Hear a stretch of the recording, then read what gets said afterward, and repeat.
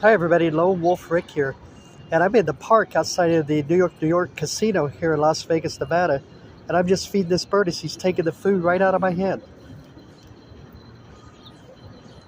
And then somebody stole it from him. I know that wasn't fair, was it, huh? Here, I'll give you a big one, and then maybe you should just fly away, huh? Well, he's breaking it up, and then the bigger birds are like grabbing it from him.